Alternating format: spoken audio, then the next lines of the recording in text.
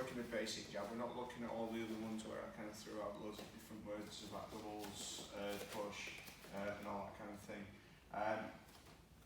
The jab's not a power hand. A jab's always going to be there to set things up. We can throw a bit more power in with a jab by doing a couple of things differently, but realistically the jab's there to set up more shots, or to control distance, or to take away distance.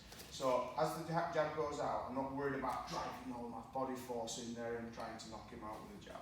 Okay, so we can relax with a jab. So the hand goes out from my chin. I'm going to turn my hand so that these two knuckles are the connection points. So here, and then it goes straight back, okay? When the punch lands, you see how high my shoulder is. Now my shoulder's a little higher because Jay's taller than me.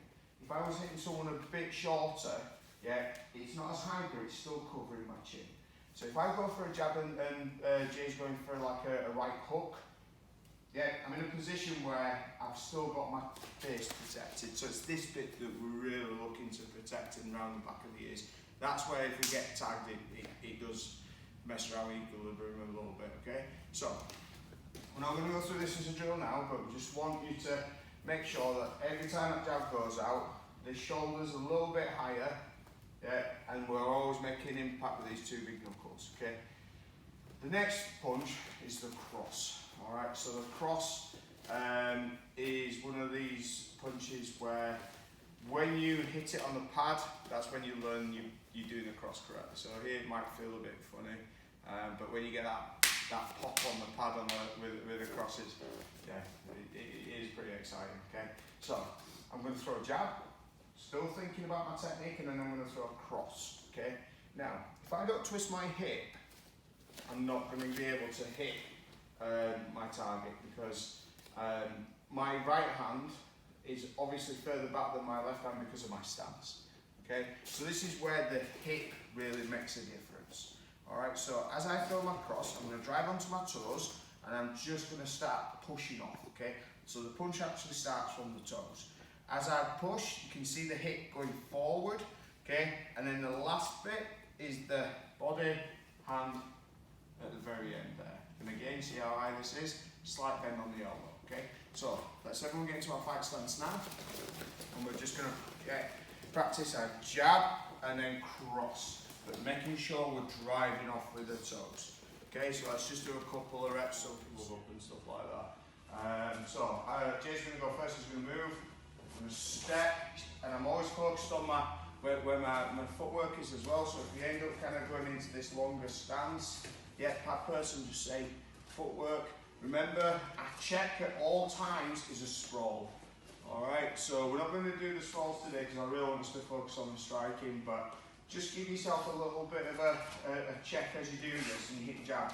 Could I sprawl? Okay. Just have that going on in your head at the end, and then that might kind of help work out what's going on with your footwork. So, Jay moves. Yeah, and then I move. And then he moves. Again. Okay. And we're just going to go back and forth. So this is where we then start going into what will eventually become a spar. Alright? Here we go. 1, 2, 3. That's a double jab. Well, it's slightly different as a double jab. Because if we wait for that hand to come all the way back to then go back out, chances are the opportunity is not going to be there to hit the double jab, okay? So we do something slightly different when we hit a double jab. So, from this position, the partner's going to set both hands like this, and I'm going to jab with both, okay? So, I'm going to hit the jab, come halfway, and then I'm going to step forward and hit the second jab. Okay? So, 1, halfway, 2. So obviously the second jab isn't as strong as the first jab, but we're not worried about that, are we? Our jab's not a power shot, it's not the one that's going to be finishing people, it's the distance changer, creator, keeper, whatever you want to call it. Yeah, so this is where we're closing distance. So 1, halfway, 2. Okay. Footwork hasn't changed either. So just watch the feet. Yeah, the lead leg's still stepping first. Okay, so we're just going to work this, the double jab, and then we're going to add the cross onto here as well. Alright, give it a go. 1, 2, 3. As well, I want you to really exaggerate, yeah, where the gloves are. And I also want you not to hit too hard as well, so it's more about the technique than it is anything else. So, when we come back to here halfway, I want to step this lead leg forward. I'm just saying over here, this is classed a little bit of it, like a push jab. So a push jab, if you imagine a puppet, yeah, so my hand goes that way and foot goes that way as well. Okay, when we do that second one, it's the same thing. The hand has a string attached to the foot, and that's what's bringing me into this position, okay? Once we get that second jab touched, we're going to make sure our hips are lined up, so again, we go back to the footwork and we go across, okay? 1, 2, 3, okay. So this is one of my favourite combinations to teach people to close distance, okay? So when Marie fought in Bahrain at the World Championships, we spent hours practicing this, okay?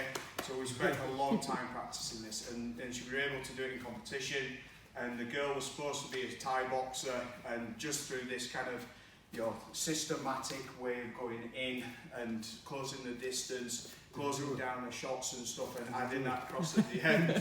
I did that cross at the end.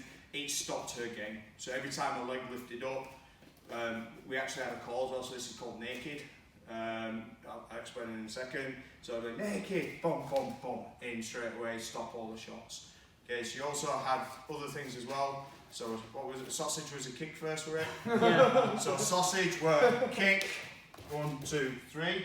Yeah, reverse sausage were jab, jab, cross, kick in the end. Okay, so we formulated some calls for this, but this don't know where the names came from. There was no logic. Yeah. So, but it doesn't mean anything to anyone. I shout sausage in front of the Prince of Bahrain. He's no idea what I'm asking for. Marie knows what's going on.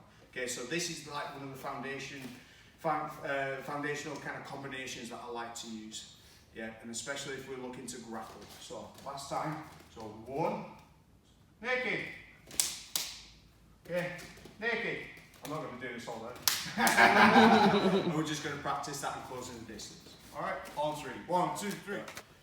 If we kind of start introducing some of the other kind of types of jabs and types of punches, it'll kind of help us when we start moving into the live drills, which is where we start moving around. So like a good example of a live drill would be 3 for 3. So Jay throws 3 shots, yeah, I throw 3 shots. Okay, and it's any shot. So when we start doing that, it'll give you some things to have a little think about and play with. So we're going to do a push jab now. So we've sort of done a push jab because it's part of the combination, but we're just going to do a single push jab.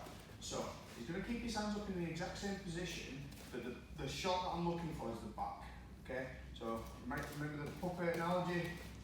Head, hands up, and I'm going to step and push at the same time. Okay, so this is a really good one if you don't want to get into a fight. You don't want to kind of get in this position where you're throwing shots and stuff, and you want to keep them at a little bit of range. Okay. Also can be a good one as well if you want to start looking to come in and clinch. Okay. So just for now, yeah, do the puppet hand, yeah, and just step in and push down. Go nice and steady because everyone's hands might be getting a little bit sore now. Yeah, so just take the power down, just in, yeah, string.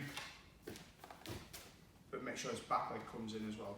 What I don't want to see is people punching like this. Yeah, so every time back leg follows in. So like in a shooting drill, yeah, exact same thing. We're always bringing that leg up. Okay, last one please. 1, 2, 3.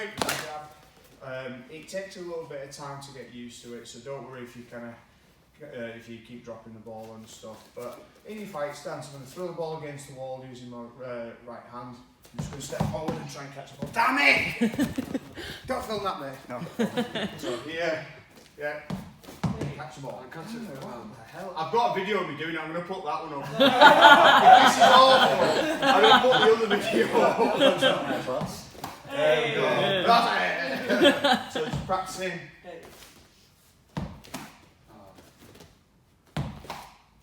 Yeah, and then we can go across as well.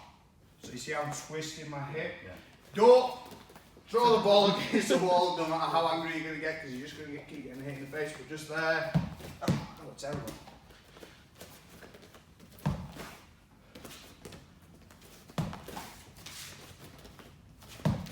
Yeah, so that's one drill we can have a little play at home. You can get like a squash ball is around our kind of right cross. So some of us at the moment, and this happens a lot, we bring our elbow out before we throw the cross. So we're going like that, okay? When we're throwing the cross, we want that elbow nice and tight and going in a straight line. So a good way of practicing this is going next to a wall, okay? So before I throw my punch, if that happens, I know I'm flaring my elbow out. Call it chicken winging, okay? So I'm just going to go straight down the line. Oh, damn it. Yeah, so that's a good drill just to kind of enforce good habits. Same on the jab as well, yeah? So lining the jab up, making sure you're not having that every time. Obviously be careful on the first couple because you may do that just through habit, but making sure that that hand's going out nice and straight, okay? We'll also do this when we start looking at hooks and things. We've got some really good drills